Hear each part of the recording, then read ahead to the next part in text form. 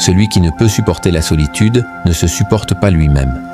Sénèque, la plupart des gens fuient la solitude comme on fuirait un incendie. Ils courent vers le bruit, vers les écrans, vers les foules, cherchant désespérément à ne pas rester seuls avec leurs pensées. Et pourtant, c'est précisément dans le silence et l'isolement que se forgent les esprits les plus forts. Apprendre à être seul, ce n'est pas se couper du monde, c'est au contraire se reconnecter à soi. C'est dans la solitude que le stoïcien se façonne. C'est dans la solitude que l'on apprend à affronter ses peurs, à écouter ses pensées, à discerner l'essentiel du superficiel. Regarde autour de toi. Combien de personnes sont incapables de passer 1 heure sans musique, sans réseau, sans compagnie? Combien paniquent à l'idée d'un week-end en silence? La vérité, c'est que celui qui ne supporte pas la solitude est encore esclave. Esclave du regard des autres, esclave du besoin de validation, esclave de l'agitation extérieure. Le stoïcisme ne prône pas l'isolement total. Il enseigne quelque chose de bien plus grand. La maîtrise de soi dans l'absence. La capacité à rester calme dans le vide. La puissance de celui qui n'a besoin de personne pour se sentir complet. Et si aujourd'hui tu te sens seul, ce n'est peut-être pas une malédiction. C'est peut-être une initiation, une opportunité, le début d'une transformation. Dans cette vidéo, on va plonger ensemble dans cette force cachée qu'est la solitude. On va la comprendre, l'apprivoiser, l'aimer. On va apprendre à utiliser le silence comme une arme. Car celui qui maîtrise la solitude devient inarrêtable. Tu es prêt? Reste bien jusqu'à la fin, car ce voyage peut changer ta vie. Abonne-toi maintenant si tu veux recevoir chaque semaine ta dose de sagesse, de motivation et de philosophie stoïcienne. Ta transformation commence ici. Principe 1, la solitude. Une épreuve ou un privilège? La solitude est un miroir. Elle ne ment jamais. Quand tu te retrouves seul, sans bruit, sans message, sans notification, quelque chose d'étrange se passe. Le monde extérieur s'efface. Et soudain, le vrai combat commence. Celui contre toi-même. Certains fuient à ce moment. Ils remplissent chaque instant de distraction. Téléphone, musique, vidéo, conversation inutile. Tout pour ne pas affronter ce silence. Mais les stoïciens, eux, savaient. Ils savaient que la solitude n'est pas un vide à fuir, mais un espace à conquérir. Sénèque écrivait « Celui qui est incapable de vivre seul est aussi incapable de vivre libre. » Tu vois, apprendre à être seul, ce n'est pas s'isoler du monde. C'est apprendre à exister. Sans dépendre de l'attention des autres, de leur validation, de leur regard. Regarde autour de toi. Combien de gens sont esclaves du besoin d'être entourés? Combien ne supportent pas une soirée sans bruit, une journée sans échange, une nuit sans message? Mais celui qui accepte la solitude devient invincible. Il apprend à s'écouter, à se comprendre. Il découvre ses forces, ses faiblesses, ses peurs. Et surtout, il apprend à les maîtriser. Car ce n'est qu'en silence que tu entends les vraies voix, celles de ta conscience, de ta sagesse intérieure, de ta vérité. Tu ne peux pas devenir fort si tu évites constamment la solitude. Tu ne peux pas être libre si tu dépends toujours de quelqu'un. La solitude, pour celui qui ose l'affronter, devient un entraînement, une discipline mentale, un privilège rare dans un monde saturé de bruit. Alors pose-toi cette question. Es-tu capable de passer du temps seul avec toi-même, sans fuir? Et si ce n'est pas encore le cas, c'est ici que commence ton voyage. Si tu veux devenir plus fort, plus calme, plus libre, alors reste avec nous. Ce n'est que le début. Principe 2. Le bruit des autres t'empêche d'entendre ta propre voix. Le monde moderne est bruyant. Il hurle. Il bombarde ton esprit de notifications, de jugements, de comparaisons. Chaque minute, tu es exposé à des opinions, des images, des attentes qui ne sont pas les tiennes. Tu consommes des pensées extérieures sans pause, sans recul. Et petit à petit, tu oublies ta propre voix. Quand as-tu écouté ta pensée profonde pour la dernière fois? Pas ton mental agité par les réseaux, ni tes paroles dictées par la peur de décevoir, mais ta vraie pensée, celle qui vient du silence, celle qui émerge uniquement quand le monde se tait. Les stoïciens avaient là compris cela depuis des siècles. Sénèque disait « Nous souffrons plus de l'imagination que de la réalité. » Et cette imagination est souvent alimentée par les autres, ce qu'ils pensent, ce qu'ils attendent, ce qu'ils feraient à ta place. Mais si tu vis ta vie selon le bruit des autres, tu trahis ta nature. Être seul, ce n'est pas fuir les autres. C'est créer un espace de vérité. Un espace où tu peux enfin t'écouter, où tes décisions viennent de ton centre, où ton action est alignée avec ta conscience, pas avec les tendances du moment. Imagine-toi seul dans une pièce silencieuse. Aucun message, aucun regard, aucune pression. Il ne reste que toi. Et là, la question tombe. Qui suis-je sans les autres? C'est une question dure, car parfois, tu réalises que tu n'as jamais pris le temps de te construire en dehors du regard social. Tu as été fils, élève, ami, collègue, citoyen. Mais as-tu été toi? Épictète l'avait déjà dit. Si tu veux être libre, sois d'abord prêt à être incompris, critiqué, mis à l'écart. Le chemin vers la vérité personnelle passe toujours par la solitude. Tu dois apprendre à marcher seul dans ta tête, à dialoguer avec toi-même, à t'apprivoiser. Quand tu es toujours entouré, tu réagis, tu t'adaptes, tu joues des rôles. Mais dans la solitude, tu redeviens toi. Et ce retour est brutal, mais libérateur. Beaucoup évitent la solitude car ils ont peur de ce qu'ils y trouveraient. Le vide, l'angoisse, les doutes.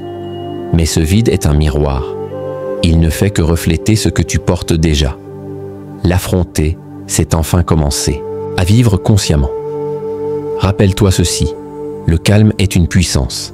La solitude est un entraînement. Le silence est un chemin. Celui qui ne sait pas rester seul ne saura jamais qui il est. Alors commence petit. Déconnecte-toi. Marche sans distraction. Reste assis quelques minutes sans téléphone. Écoute les pensées qui montent. Certaines seront laides, d'autres brillantes. Mais toutes sont à toi. Et c'est là que commence la maîtrise de soi. Si ce message te parle, prends 5 minutes de silence après cette vidéo. Et si tu veux aller plus loin, abonne-toi. Ce chemin, on peut le parcourir ensemble, même dans le silence. Principe 3. La solitude forge ta force intérieure. Tu ne forges pas l'acier dans la douceur, mais dans la chaleur, la pression, l'isolement. La solitude, c'est ce moment où tu es confronté à toi-même, sans masque, sans distraction. C'est là que naît la vraie force, celle que personne ne t'a donnée, mais que tu as construite dans l'ombre. Regarde les grands sages, les leaders, les penseurs. Tous ont connu ce moment de retrait.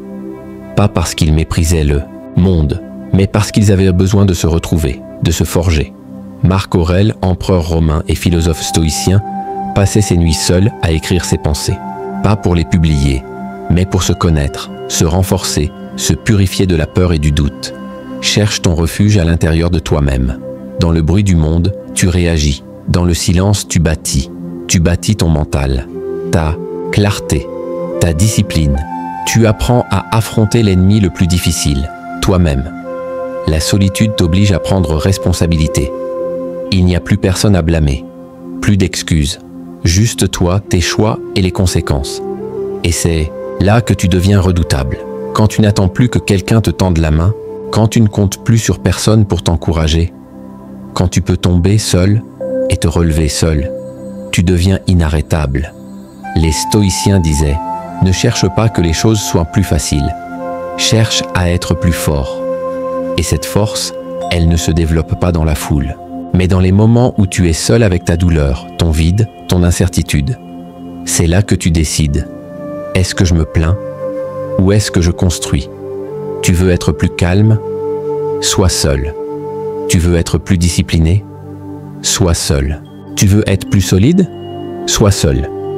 Et quand tu reviendras dans le monde, quand tu parleras, agiras, décideras, les autres sentiront que tu es différent, pas parce que tu cries plus fort, mais parce que ton calme fait du bruit. Si tu veux devenir plus fort intérieurement, commence maintenant. Éloigne-toi du bruit. Abonne-toi pour recevoir chaque semaine une dose de sagesse et de discipline stoïcienne. Chapitre 4. Seul, tu développes une clarté que les autres n'auront jamais. Le monde est bruyant. Tu te réveilles et ton téléphone te parle. Les réseaux t'inondent, les notifications sonnent. Les voix extérieures te disent qui tu dois être, ce que tu dois faire, ce que tu dois ressentir. Et toi, au milieu de tout ça, tu essaies de penser. Mais comment veux-tu entendre ta propre voix quand le vacarme du monde te crie dessus? C'est ça, le pouvoir de la solitude. Elle t'offre un silence que personne ne peut te voler. Un espace intérieur sacré, où enfin tu peux t'écouter. Vraiment. Lorsque tu es seul, tu n'as plus besoin de jouer un rôle. Tu n'as personne à impressionner, personne à satisfaire, personne à convaincre. Tu redeviens brut, authentique, et dans ce face-à-face honnête avec toi-même, la vérité apparaît. La clarté vient avec le calme. Le calme vient avec la solitude. Dans la solitude, tu peux te poser les vraies questions. Qui es-tu, sans le regard des autres? Qu'est-ce que tu veux vraiment, quand il n'y a plus d'applaudissements? À attendre.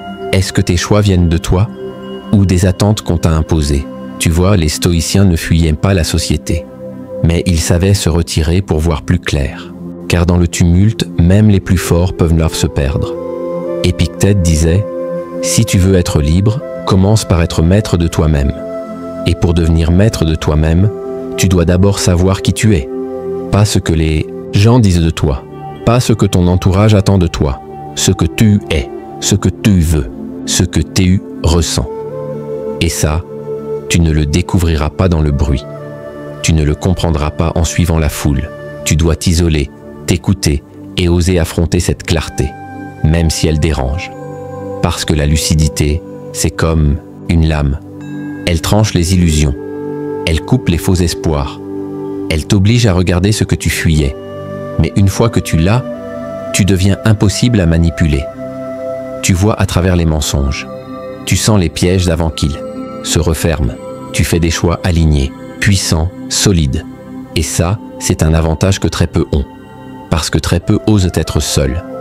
Si tu veux apprendre à voir plus clair, commence par te couper du bruit. Abonne-toi maintenant. Et chaque semaine, on t'aide à reconnecter avec ta force intérieure. Stoïcisme, discipline, lucidité. Tout commence ici. Principe 5. La solitude t'enseigne à te suffire à toi-même. Tu as été conditionné à croire que le bonheur vient de l'extérieur. Qu'il faut quelqu'un pour te compléter. Quelque chose pour te rendre heureux. Un événement, un statut, une validation. Mais le jour où tu n'as plus rien ni personne, que reste-t-il? La réponse fait peur. Parce qu'elle révèle à quel point tu n'es pas prêt à être seul. Et c'est justement pour ça que tu dois l'apprendre. Être seul ne veut pas dire être vide. Être seul, c'est découvrir que tu es déjà complet. Les stoïciens appelaient en ça l'autarcie intérieure, la capacité à puiser en soi tout ce dont on a besoin pour vivre avec grandeur. Pas dans l'ego, pas dans l'arrogance, mais dans une paix inébranlable, construite par la connaissance de soi. Celui qui ne dépend de rien est libre. Quand tu es seul, tu apprends à t'écouter, à t'encourager, à te réconforter, à te motiver. Tu deviens ton propre coach, ton propre refuge, ta propre source de force. Tu n'attends plus que quelqu'un te tende la main. Tu deviens celui qui se relève seul, encore et encore. Et ça change tout. Parce que dans ce monde instable, dépendre des autres, c'est être fragile. Mais te suffire à toi-même, c'est être invincible. Tu ne paniques plus quand quelqu'un te quitte. Tu ne trembles plus quand tout s'écroule. Tu sais que tant que tu es avec toi, tu n'es pas perdu. Et quand tu atteins ce niveau, les autres ne deviennent plus des béquilles. Ils deviennent des bonus, des compagnons de route, mais jamais des piliers de ton existence. Si tu veux apprendre à te suffire à toi-même, commence par t'apprivoiser dans le silence. Abonne-toi pour d'autres enseignements stoïciens qui forgent la solidité mentale. Et souviens-toi, plus tu comptes sur toi, plus tu deviens libre. Principe 6. La solitude te forge une discipline inébranlable. Dans le tumulte de la foule, tout semble facile. Tu fais les choses parce qu'on te regarde, parce qu'on t'attend, parce qu'on t'applaudit. Mais quand le silence est roi, quand personne ne te pousse, est-ce que tu continues? Est-ce que tu avances? Ou est-ce que tu t'effondres? La vérité, c'est que la solitude révèle ta vraie discipline. Pas celle que tu montres, celle que tu incarnes. Quand personne ne regarde être seul, c'est un test. Un test de ta volonté. Un test de ton engagement. Un test de ton intégrité. La liberté, ce n'est pas faire ce que l'on veut. C'est se gouverner soi-même. Épictète, quand tu es seul, tu n'as plus d'excuses. Tu ne peux plus dire que c'est la faute des autres. Tu ne peux plus te cacher derrière les distractions, les responsabilités, les attentes extérieures. Il ne reste que toi et la rigueur que tu es prêt à t'imposer. Parce que sans discipline, la solitude devient une prison. Mais avec discipline, elle devient un sanctuaire. Dans la solitude, tu apprends à structurer ton temps, à respecter tes engagements, à bâtir ta journée avec la même rigueur qu'un moine dans son monastère, à faire ce qu'il faut, même quand tu n'en as pas envie. Et plus tu pratiques cette autodiscipline, plus elle devient naturelle. Ce n'est plus une contrainte, c'est une identité. Tu ne forces plus, tu incarnes. La solitude devient ton dojo. Chaque matin, tu entres dans ce lieu intérieur pour t'entraîner à devenir meilleur. pas pour impressionner, pas pour prouver quoi que ce soit, mais pour honorer le guerrier silencieux que tu es en train de devenir. Et c'est là que tout change. Tu ne dépends plus de la motivation, tu dépends de ta structure. Et ta structure devient ton socle, même dans les pires tempêtes. Si tu sens que tu dois bâtir cette force intérieure, commence par des actes simples. Un lever tôt, un journal, une tâche tenue. Abonne-toi, ce n'est que le début.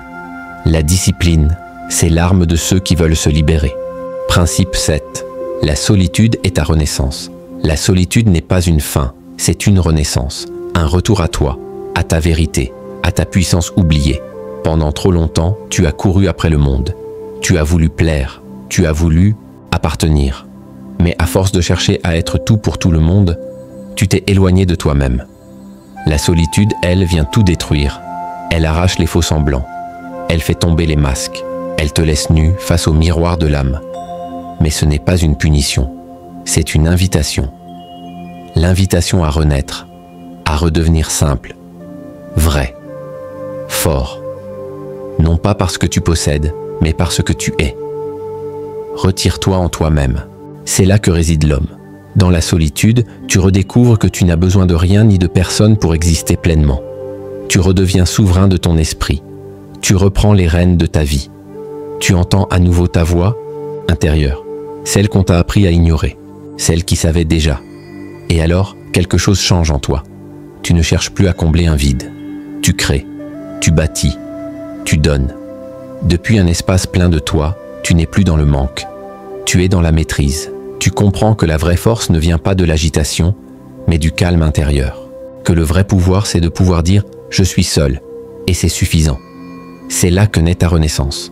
Une version de toi plus ancrée, plus consciente, plus libre, et quand tu sortiras de cette solitude, le monde ne te reconnaîtra peut-être plus. Mais toi, tu sauras enfin qui tu es. Si ce message résonne avec toi, abonne-toi à cette chaîne. Ici, on parle vérité, force intérieure et transformation. Et rappelle-toi, ce n'est pas l'extérieur qui te définit, c'est ce que tu bâtis dans le silence. Conclusion. La solitude comme maître intérieur, tu es arrivé jusqu'ici. Tu as écouté chaque mot, chaque silence, chaque vérité cachée dans l'ombre de la solitude. Et si tu es resté jusqu'à la fin, c'est que tu as compris. Tu n'es pas seul par erreur, tu es seul par nécessité. Dans ce monde bruyant, être seul est devenu un acte de rébellion. Un luxe, une voie vers la sagesse que peu ont le courage d'embrasser. Car la solitude n'est pas un désert, c'est un temple, un lieu sacré où tu désapprends pour mieux reconstruire, où tu te dépouilles de tes dépendances, de ton besoin d'approbation, de tes masques. C'est là que tu redeviens souverain de toi-même. Et c'est dans ce vide apparent que tu rencontres enfin ta vérité. Tu n'as plus besoin qu'on te valide. Tu n'as plus besoin qu'on te suive. Tu marches seul et tu avances fort. La solitude t'a offert une chose que le monde extérieur n'a jamais su te donner. Le calme, la clarté, la puissance intérieure. Alors ne la crains plus. Accepte-la. Aime-la, car c'est elle qui fera de toi un être libre. Celui qui a appris à être seul ne sera plus jamais prisonnier. Si cette vidéo t'a parlé, abonne-toi. Ici, on ne vend pas du rêve.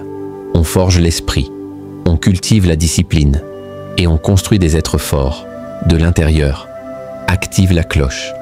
Et surtout, reste calme, reste fort, reste libre.